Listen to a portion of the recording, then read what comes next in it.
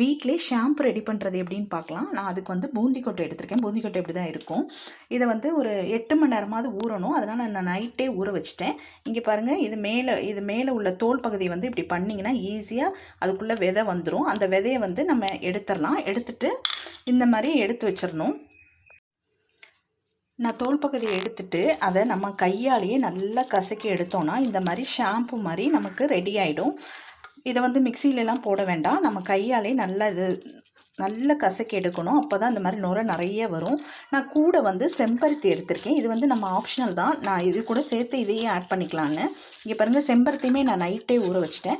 நீங்கள் இது கூட வந்து ஃப்ளாக்ஸ் சீடு, பச்சைப்பயிறு, கருவேப்பிலை எது வேணால் சேர்த்து நீங்கள் தலைக்கு அப்ளை பண்ணிக்கலாம். இந்த மாதிரி நல்ல நுரை வரும். இது வந்து எப்படின்னா டேண்ட்ரஃப் பிரச்சனை, ஹேர் ஃபால் பிரச்சனை எல்லாத்துக்குமே இது ஒரு நல்ல சொல்யூஷனாக இருக்கும். நீங்களும் எல்லோரும் வீட்டில் இதை ட்ரை பண்ணி பாருங்கள்.